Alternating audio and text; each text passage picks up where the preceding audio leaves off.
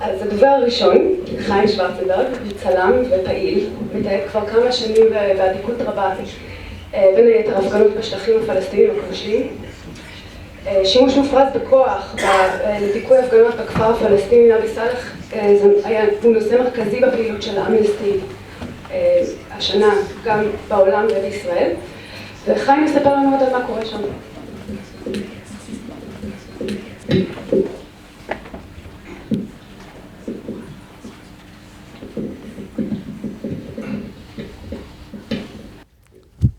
אני קצת מתרגש, זו פעם ראשונה שלי מול קהל, אז תסלחו לי. למיקרופון, סליחה. אוקיי.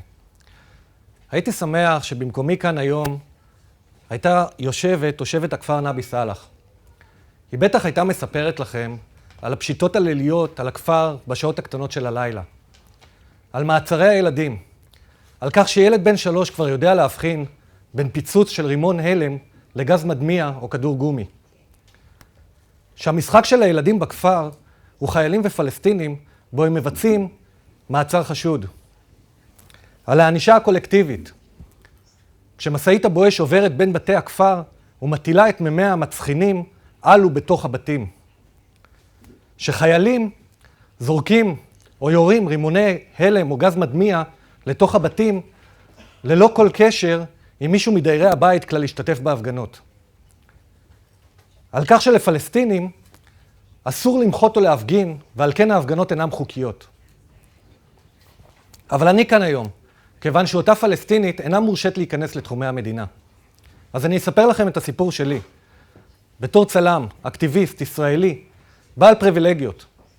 לנוע, להפגין, להיות אדם חופשי. כשאני ופלסטיני נעצרים באותה הפגנה, עליי חלים חוקי מדינת ישראל. וסביר להניח שעוד באותו ערב אשתחרר. לעומתי, על הפלסטיני חלים חוקי המשטר הצבאי, וסביר להניח שהוא יישאר במעצר כמה ימים. אני מגיע מדי שבוע כדי לתעד את הדיכוי. שוטרים וחיילים מונעים ממני ומצלמים אחרים מלתעד את האלימות שמופנית כלפי מפגינים. במקרים רבים, חיילים זורקים רימוני הלם לעבר צלמים. במקרים אחרים אף עוצרים עיתונאים וצלמים, וזאת למרות שהם אינם לוקחים חלק פעיל בהפגנות, אלא באים לתעד אותם. אני רוצה להתייחס בקצרה לאמצעים בהם הצבא משתמש כדי לדכא את ההפגנות.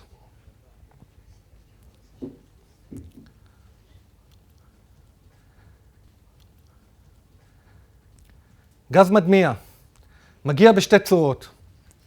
כרימון שמושלך או נורה מתוך נשק, או כקניסטר שנורה מנשק או ממכונת ירייה שמותקנת על הג'יפ. בעצם הסכנה המרכזית זה פגיעה ישירה של הקניסטר, יכולה לפצוע ואף להרוג. שאיפה של הגז גורמת לתחושה של חנק, צריבה בעיניים וצריבה במקומות בהם יש פצעים פתוחים. התחושה הזאת היא חולפת אחרי מספר דקות, אך קיימים שתי מקרים בהם פלסטינים נהרגו כתוצאה משאיפת הגז. כדורי גומי. כפי שאתם רואים, יש סוגים שונים של כדורים, בעצם כדורי מתכת שמצופים בגומי ונורים מנשק. בישראל חל איסור להשתמש בכדורים האלה, אבל בשטחים החיילים מדכאים את ההפגנות באמצעות הכדורים האלה. סכנה של הכדורים האלה זה בעצם פציעה או במקרים מסוימים אפילו מוות. רימוני הלם. הרימון מושלך לעבר מפגינים, הוא מתפוצץ ועושה רעש מאוד חזק. כשהרימון מושלך לתוך מקום סגור, יש סכנה של אובדן השמיעה. כשהרימון מושלך קרוב לגוף האדם, יש סכנה שההדף יגרום לכוויות או לפצעים.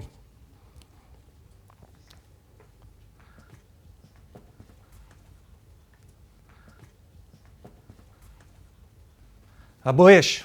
כשאתם רואים את המשאית הזאת שמאחוריי, הדבר הכי חכם לעשות זה לברוח וכמה שיותר מהר. הנוזל שהבואש משפריץ הוא כל כך מסריח, הוא נדבק לבגדים ולגוף ובמיוחד לשיער, והוא לא יורד גם אחרי מקלחת או כביסה. כמו שאמרתי קודם, הצבא משתמש בבואש כאמצעי לענישה קולקטיבית. אמצעים נוספים זה אש חיה, כדורי טוטו, צעקה, השפלות, איומים, הטרדות מיניות, מעצרים, ענישה קולקטיבית, אלימות חיילים ושימוש בכלבים כאשר החיילים שולחים את הכלבים לשסע במפגינים.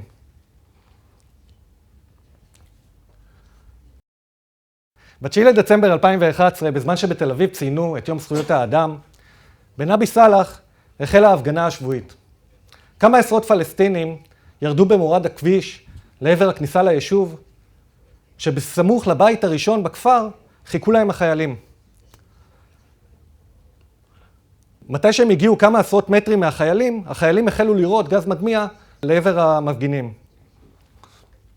אני זוכר בעצם שלקח הרבה מאוד זמן לפלסטינים, לשבאב הפלסטיני, לצעירים הפלסטינים, להתחיל ליידות אבנים על החיילים. באיזשהו שלב ההפגנה ירדה במורד הוואדי לכיוון המעיין, והלכתי בעקבותם. מישהו צעק שבולדוזר עומד להיכנס ליישוב. רצתי לכיוון הכביש וראיתי בולדוזר ו3 ג'יפים מנסים להיכנס לכיוון הכפר. כשהבולדוזר מנסה לפלס את חסימת הסלעים שהפלסטינים השאירו כדי למנוע מהג'יפים להיכנס ליישוב. כשהגעתי לכביש, היו שם 2 פלסטינים שידעו אבנים על הבולדוזר, שהסתובב ובעצם היה בדרכו החוצה מהיישוב. לא הספקתי לצלם אותם, ואני זוכר שהייתה איזה דקה בערך שחיכיתי שמישהו יבוא ויעדה אבנים כדי שאני אוכל לצלם. ואז הגיע מוסטפא ובחור נוסף, והם החלו לידות על אבנים על הג'יפ האחרון שנשאר, והג'יפ בעצם עשה פרסה,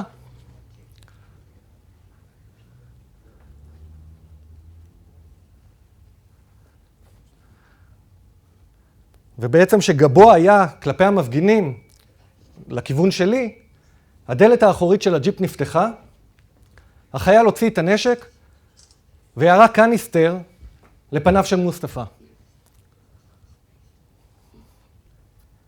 בעצם בפריים הזה ניתן לראות את הנשק מצד ימין, את מוסטפא ואת הקניסטר אחרי שהוא פגע בו.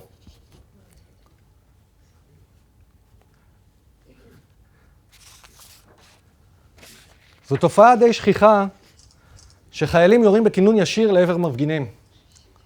כלומר, שאתה מכוון את הנשק ישר על המפגין ולא יורה אותו באוויר. כשאתה יורה בכינון ישיר ואתה לא רואה לאן אתה יורה, אתה יכול לפגוע בכל דבר ואף להרוג. מיד אחרי שמוסטפא נופל לרצפה, נפתחת הדלת. וניתן לראות שבעצם יש חייל שמסתכל, שהחייל מסתכל בעצם על מוסטפא שהוא נופל. בעצם החייל ראה את מוסטפא נופל ולא עצר את הג'יפ או ניסה להגיש סיוע.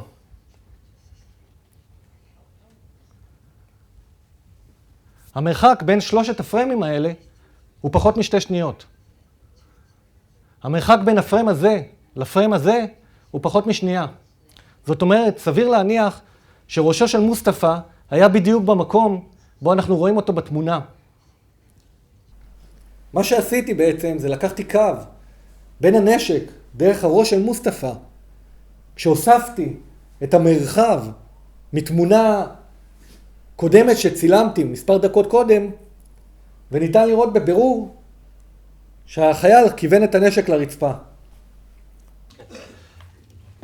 זה פריים שבא אחרי הירי, ובעצם אנחנו רואים שיש קניסטר נוסף שנורה בדיוק במקום שמוסטפא עמד קודם. מה שעשיתי בעצם, לקחתי קו בין הנשק דרך הקניסטר, ובעצם ניתן לראות שהנשק כוון לרצפה. זאת אומרת, הטענה של החייל שאמר שלא ראה את מוסטפא, אלא ירה לעבר מפגינים שנמצאו על ההר, היא לא סבירה.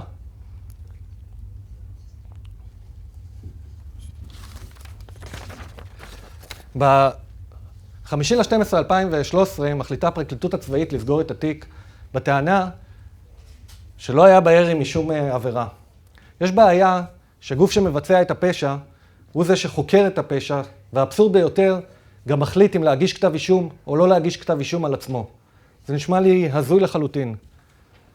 ועוד לא דיברנו על החרדות, על הטראומות ועל הפוסט-טראומות. שכחתי גם לציין ששותפים למערכת דיכוי זו הם מערכת המשפטית, מח"ש, המחלקה לחקירות שוטרים, מצ"ח, משטרה צבאית חוקרת, הפרקליטות הצבאית והפרקליטות האזרחית.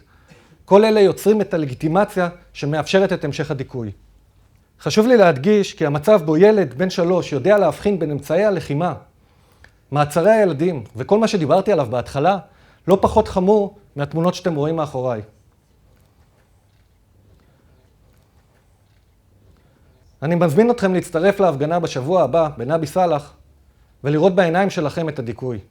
מי שמעוניין שייצור איתי קשר אחרי הפאנל. תודה.